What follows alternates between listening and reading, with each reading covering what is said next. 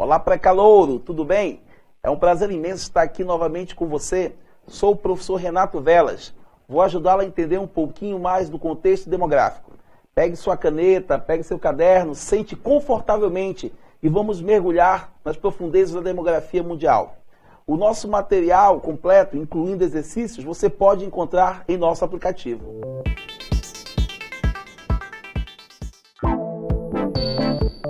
A demografia é uma área da ciência geográfica que estuda a dinâmica populacional, ou seja, as populações do mundo afora aumentam de tamanho, têm o seu tamanho reduzido, se tornam mais jovens, mais velhas, migram. Então, este é o objeto de estudo da demografia.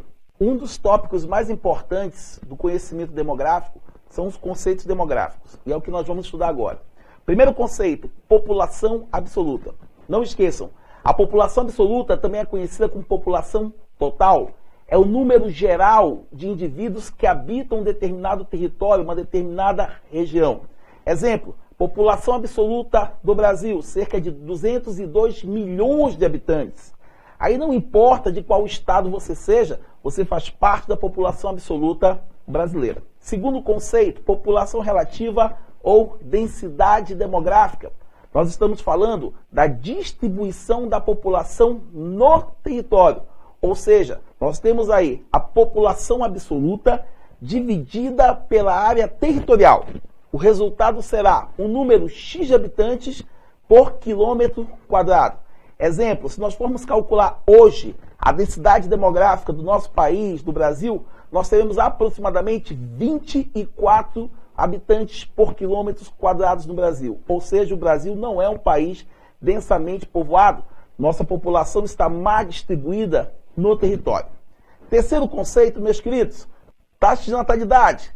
É o número de indivíduos nascidos em um período, ou seja, um ano, dividido pela população absoluta e multiplicado por 1000.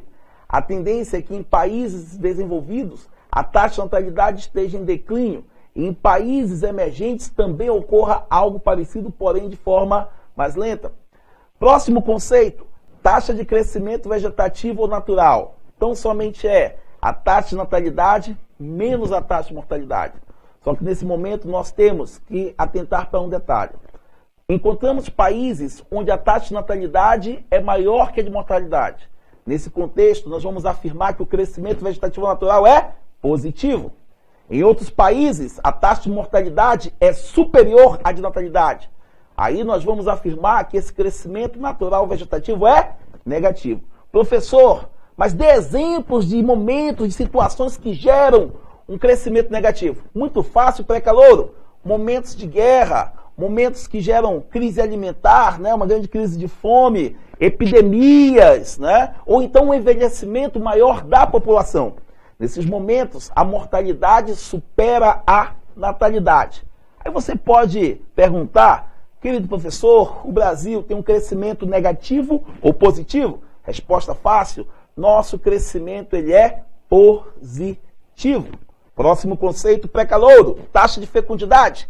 Número médio de filhos que uma mulher pode ter ao longo de sua vida, dentro daquele momento conhecido como idade reprodutiva. Nós temos hoje uma tendência de redução geral da fecundidade no mundo. Mas existem exceções, hein? Muita atenção. Em países onde a religião é intrinsecamente misturada à sociedade, muitas vezes a taxa de fecundidade se apresenta elevada, né? Justamente por conta da influência religiosa. O último conceito demográfico, saldo migratório. O saldo migratório ele é representado pela diferença entre o número daqueles que adentram ao território, que são conhecidos como imigrantes, e o número daqueles que saem do território, conhecidos como emigrantes.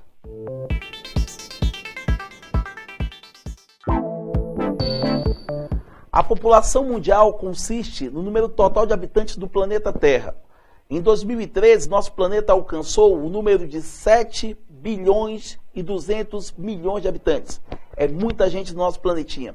Uma coisa importante, pré-calouro, o ritmo de crescimento populacional tem apresentado redução ao longo dos últimos anos.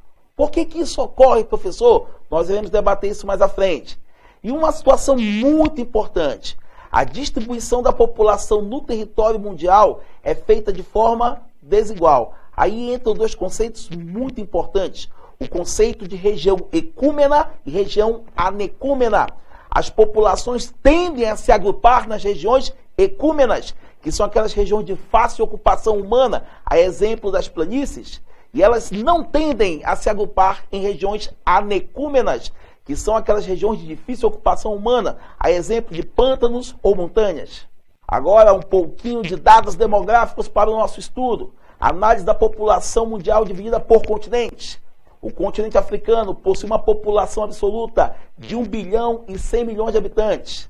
A América, dividida em América do Norte, Central e Sul, população total de 953 milhões de habitantes. A Ásia é o continente mais populoso do planeta, 4 bilhões e 427 milhões de habitantes. É muita gente, é o continente mais populoso. A Europa, o velho continente, 742,5 milhões de habitantes. E a Oceania, o continente menos populoso, 40 milhões de habitantes. Agora veremos a distribuição da população mundial. Em primeiro lugar, a China, que possui uma população absoluta de 1 bilhão e 300 milhões de habitantes. Em segundo lugar, bem próximo da China, a Índia, população absoluta de 1 bilhão e 252 milhões de habitantes. A ONU estipula que o crescimento demográfico indiano em alguns anos fará com que a população absoluta indiana seja maior que a população chinesa. Terceiro lugar, Estados Unidos da América, população total, 316 milhões de habitantes. Quarto lugar, Indonésia, próximo de 250 milhões de habitantes. Em quinto lugar, o nosso Brasil, que hoje supera a marca de 200 milhões de habitantes como população absoluta. Um dos temas muito importantes a ser analisado na demografia mundial é a redução da taxa de fecundidade. Vamos analisar as causas que geram essa redução. Primeira causa, a maior inserção da mulher no mercado de trabalho. É cada vez mais comum que as mulheres procurem a sua fixação no mercado de trabalho e, posteriormente, a maternidade. Lembre, pré-calouro, não são todos os países que possuem uma legislação trabalhista que protege a mulher que se torna mãe ou que se tornará mãe, assim como o nosso país possui. Segunda causa, uma urbanização acelerada. O que quer dizer isso, professor? Simples. Quanto maior for o número de filhos na cidade, mais caro será para manter esses filhos. Ou seja, o padrão da família, o padrão social pode cair, a qualidade de vida pode ser reduzida. Outro fator, os casamentos tardios. Também é cada vez mais comum que as pessoas escolham casar um pouco mais tarde. E, logicamente, que esses casamentos tardios também protelam a maternidade. Próximo fator, o maior acesso a métodos anticoncepcionais. Em nosso país, por exemplo, é muito comum o sistema de saúde público fornecer os métodos anticonceptivos, seja o preservativo masculino, sejam as pílulas anticoncepcionais, as consultas médicas. Então, tudo isso faz com que a mulher tenha as condições de poder planejar quando terá filhos. Outro fator, a intervenção do Estado. É muito importante entender que o Estado pode criar campanhas antinatalistas. Planeje quantos filhos você quer ter, diz o Estado. Vamos pegar o grande exemplo da China, que controla de forma rígida a sua natalidade, com a sua famosa política dos 2 filhos. Lembre que recentemente mudou, era a política do filho único, atualmente política dos 2 filhos. E o último fator que gera a redução da fecundidade, os novos comportamentos sociais, o hedonismo e o narcisismo. Professor, pelo amor de Deus, o que é isso? É fácil, pré-calouro. O hedonismo é aquela busca constante pelo prazer social. O indivíduo quer estar em festas constantemente, viajando e tendo filhos. Opa! Essa situação fica prejudicada. Então não teremos filhos, vamos continuar no agito, nas baladas. E o narcisismo, que é aquela busca constante por um padrão de beleza estipulado pela sociedade. Hoje a sociedade diz à mulher, tem um padrão fit. E a mulher decide não ter filhos para não perder esse padrão. Ela quer se manter conforme a sociedade estipula. Isso é narcisismo.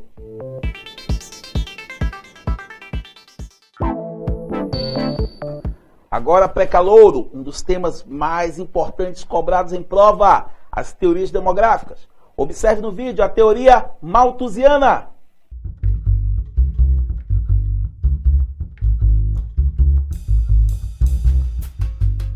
Thomas Robert Malthus, economista liberal e historiador inglês, elaborou ao final do século XVIII uma teoria populacional que apontava para o desequilíbrio existente entre os crescimentos demográficos e a disponibilidade de recursos na Terra.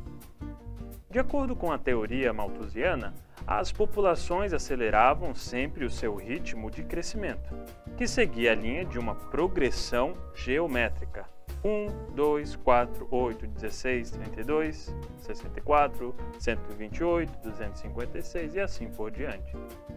Enquanto a disponibilidade de recursos e de alimentos aumentaria conforme uma progressão aritmética. 1, 2, 3, 4, 5, 6, 7, 8, sendo menor, portanto. Malthus afirma que os casais só deveriam procriar caso houvesse condições para sustentar seus filhos. Malthus também dizia que os trabalhadores mais pobres deveriam apenas receber o mínimo para o seu sustento, pois acreditava que a melhoria nas condições sociais elevaria ainda mais o número de nascimentos. Apesar de suas previsões serem fundamentadas em dados demográficos de sua época, Malthus errou em subestimar os avanços tecnológicos nos processos de produção, que fizeram com que a oferta de recursos e alimentos se ampliasse muito acima do previsto. Teoria neo-malthusiana ou alarmista. É importante que nós possamos entender, pré-calouro, o contexto histórico do momento. Era após Segunda Guerra Mundial. Naquele momento houve uma explosão demográfica no mundo, principalmente nos países subdesenvolvidos, devido ao acesso a uma melhoria de qualidade de vida, saneamento básico, água tratada, acesso a vacinas. E tudo isso fez com que houvesse esse crescimento demográfico explosivo. Desta forma, os demógrafos começaram a reanalisar a teoria de Malthus. Eu posso dizer então que a teoria neo-malthusiana é a releitura do pensamento de Thomas Robert Malthus. Naquele momento se definiu o seguinte: o crescimento populacional acelerado poderia colocar em risco o desenvolvimento dos países mais pobres. Qual foi a justificativa encontrada? A justificativa foi que os governos desviariam recursos do processo produtivo para manter essa população pobre. Isso não estava de acordo com os ensinamentos neo-malthusianos, que eram contrários a qualquer tipo de investimento demográfico. Lembremos, os neo-malthusianos defendiam qualquer tipo de controle da natalidade, inclusive o aborto, defendiam uma intervenção direta do Estado no controle do crescimento vegetativo, no crescimento da natalidade. Terceira teoria demográfica, pré-calouro, atenção, teoria reformista ou marxista. Primeiro ponto a ser verificado, a teoria reformista conflita com a teoria neo-malthusiana. Elas são contemporâneas. Os neo-malthusianos pensam de um jeito, os reformistas de outro. Os reformistas afirmam que o crescimento demográfico acelerado, principalmente nos países subdesenvolvidos do planeta, é uma consequência da pobreza. Professor, como é que é isso? Explique. Vamos explicar então. A partir do momento que uma significativa parcela da população não tem acesso à renda, ela não pode buscar recursos educacionais mais adequados, ela não pode se alimentar melhor, ela não pode morar melhor. Ou seja, se houver distribuição de renda, a melhoria da qualidade de vida ocorrerá. E de forma espontânea também haverá o controle da natalidade. É isso que defendem os reformistas.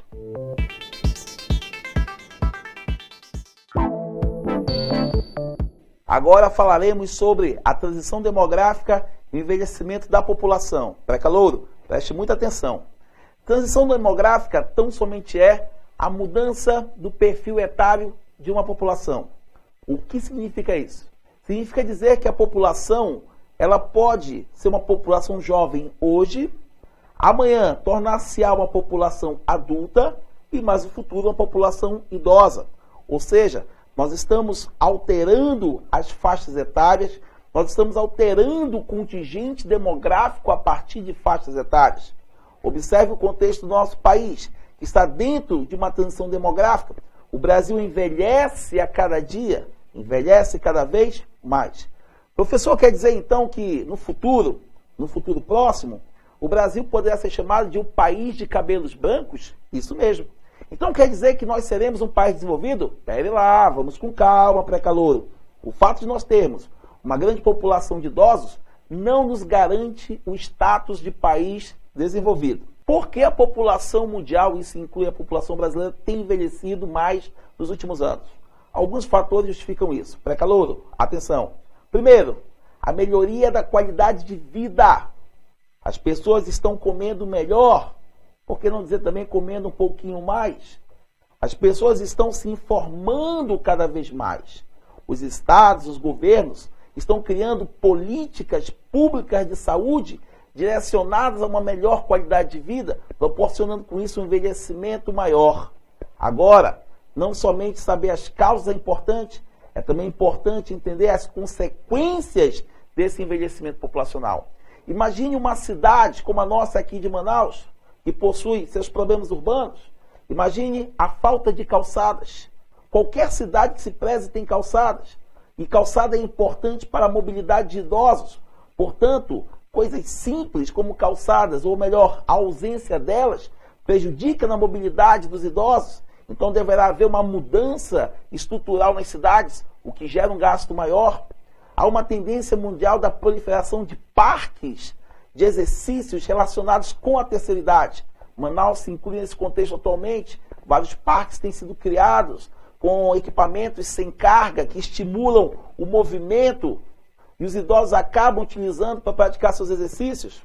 Uma outra consequência é a necessidade cada vez maior de profissionais especializados no cuidado com idosos.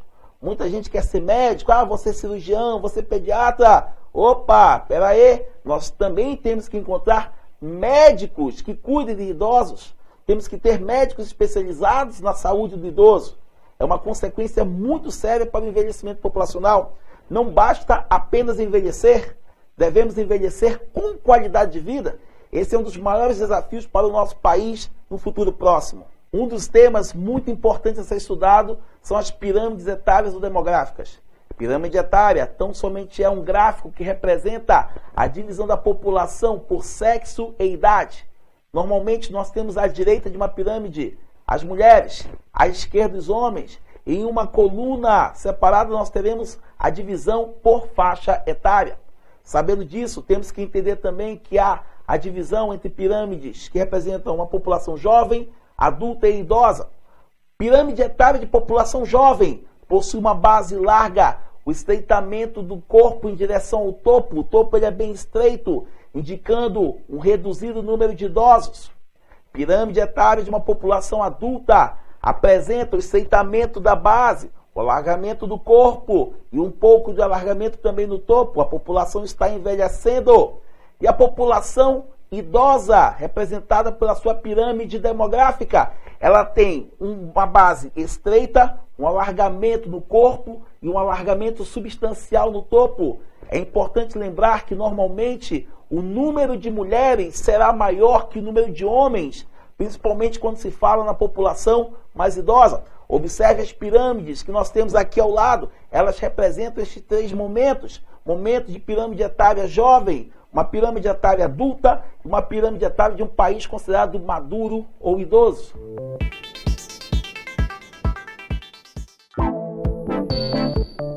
Pré-calouro, agora falaremos sobre migrações.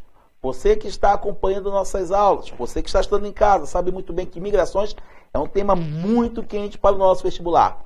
O que são migrações? O termo migração corresponde à mobilidade espacial da população. Migrar é trocar de país, de estado, região ou até de domicílio. Esse processo ocorre desde o início da história da humanidade. Lembrem, no início o homem era nômade. Ele ficava de lugar em lugar em busca de alimentação, de proteção. Logo em seguida se tornou sedentário e a partir daí começaram a ocorrer demais fatores que geraram as migrações. Quais seriam os principais fatores que geram migrações? Hoje, o primeiro, o principal, são os fatores econômicos. As pessoas buscam uma qualidade de vida melhor. Normalmente saem de um país menos desenvolvido, com uma economia deficitária ou até em crise econômica, e buscam países mais desenvolvidos com economia mais estável. O grande exemplo que nós podemos citar no mundo seria a saída de brasileiros do nosso país em direção aos Estados Unidos, em direção à Europa Ocidental, onde teoricamente teríamos economias mais estáveis, mais oportunidades de renda. Um outro fator muito importante são os fatores étnicos. As diferenças étnicas também geram migrações. No continente africano, nós temos aí vários exemplos de sociedades que migram por conta de conflitos étnicos. Bantus versus Hutus no passado geraram migrações. No Sudão do Sul, nós temos hoje diferenças étnicas que geram extrema violência e, consequentemente, também geram migrações. Um outro fator muito importante, pré-calouro, atenção a esse fator, o fator religioso. Vamos lembrar, por exemplo, do Estado Islâmico, ali no norte do Iraque, Síria. Nós temos ali um grupo fundamentalista religioso. Se o indivíduo não se converte ao islamismo na forma defendida por eles, o indivíduo morre. Portanto, as pessoas temendo por suas vidas acabam migrando, preferem migrar até que aceitar aquele novo contexto religioso, impositivo, fundamentalista. Hoje é um grande exemplo de fator religioso que acaba gerando migrações. Um fator muito importante das migrações é o fator ambiental. Vamos pegar como exemplo o terremoto que ocorreu no Haiti anos atrás, que simplesmente devastou a cadeia produtiva, a cadeia econômica do país. As pessoas não tiveram outra alternativa senão migrar, sair de sua terra de origem. E não pense, pré-calouro, que é fácil deixar para trás seu país, sua família, a sua cultura, a sua raiz. Migraram em busca de uma vida melhor. Daí Manaus entra nessa história, o Amazonas entra nessa história. Nós temos hoje um número muito grande de haitianos em nossa cidade. Nossos irmãos que contribuem culturalmente, contribuem socialmente e economicamente para o desenvolvimento da capital amazonense. O fator bélico também é muito importante e deve ser analisado. Este é um dos mais antigos fatores que gera migrações. Imagine a ocorrência de uma guerra como esta que ocorre na Síria, que faz com que milhares de pessoas atravessem o Mediterrâneo e cheguem na Europa em busca de uma vida melhor. Lembre da Primeira, da Segunda Guerra Mundial, que também estimulou migrações mundo afora. Então os conflitos armados estão dentro da história da humanidade e estimulam migrações ao redor do mundo. Para fecharmos nossos estudos sobre as migrações, vamos analisar agora os tipos de migrações. Primeiro tipo, nomadismo. O nomadismo é uma migração contínua. O indivíduo está continuamente em deslocamento. Vamos citar como exemplos os beduínos do Saara, ou então até mesmo os ciganos, que são nômades. Segundo tipo, diáspora. Aí você entra na história. Lembra da diáspora judaica? A saída dos judeus do Egito? Pois é, estavam em fuga, queriam uma vida nova, uma vida mais tranquila. Isso é uma diáspora. Terceiro tipo de migração, êxodo rural. Esse é facinho, cai direto em prova, eu tenho certeza que você sabe, mas não custa relembrar. O êxodo rural é a saída do homem do campo para a cidade. Professor, mas por que ele sai do campo? Normalmente porque a condição de vida não é mais adequada. Ou então porque ele perdeu o seu emprego para a máquina, aí você tem um desemprego do tipo estrutural, ou por conta da violência no campo que tomou dele a terra, ou porque ele tem no seu imaginário que a cidade é o lugar das oportunidades. Ele sai do campo para a cidade, êxodo rural. Migração pendular. A migração pendular é aquele tipo de migração onde o indivíduo realiza a sua saída de um lugar urbano de menor tamanho para um lugar urbano de maior tamanho, ou seja, de uma cidade menor para uma cidade maior. Por exemplo, o indivíduo sai de Iranduba, aqui no Amazonas, logo cedo, vem para Manaus, passa o dia estudando, se preparando para fazer o vestibular da UEA e no final da tarde volta a Iranduba. Nós temos aí uma migração pendular, ele vai e volta continuadamente. É importante lembrarmos, pré-calouro, que a migração pendular gerou um novo conceito, o conceito de cidade dormitório. Cidade dormitório tão somente é a cidade de origem do indivíduo, de onde ele partiu, de onde ele saiu. No exemplo citado anteriormente, Iranduba seria a cidade dormitório deste estudante. E nós temos a transumância diretamente relacionada a fatores naturais. Exemplo, período de vazante dos nossos rios. O caboclo ribeirinho vai até a várzea, planta. Quando a cheia começa a ocorrer, ele migra para a terra firme. Alguns que criam gado também levam seu gado para a terra firme. Este fator de migração está relacionado à cheia e vazante dos rios, portanto, o elemento natural. Agora, uma dica muito importante para você pré-calouro: colheitas. Colheitas geram migração do tipo transhumância. Não esqueçam que o indivíduo vai ter emprego enquanto durar a colheita. Acabou a colheita, ele não migra. Portanto, a sua migração está condicionada a esse elemento natural que é a maturação daquele vegetal. Quando ele estiver maduro, pronto para ser colhido, haverá emprego, portanto haverá transhumância. Quando acabar a safra, o indivíduo deixa de migrar.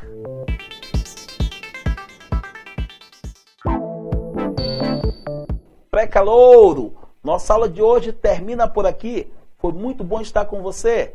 Compartilhe nas redes sociais, dê um like, baixe o aplicativo. Não esqueça, o material desta aula já está disponível no aplicativo. Participe, continue a estudar em casa, tenha fé, foco, bons estudos!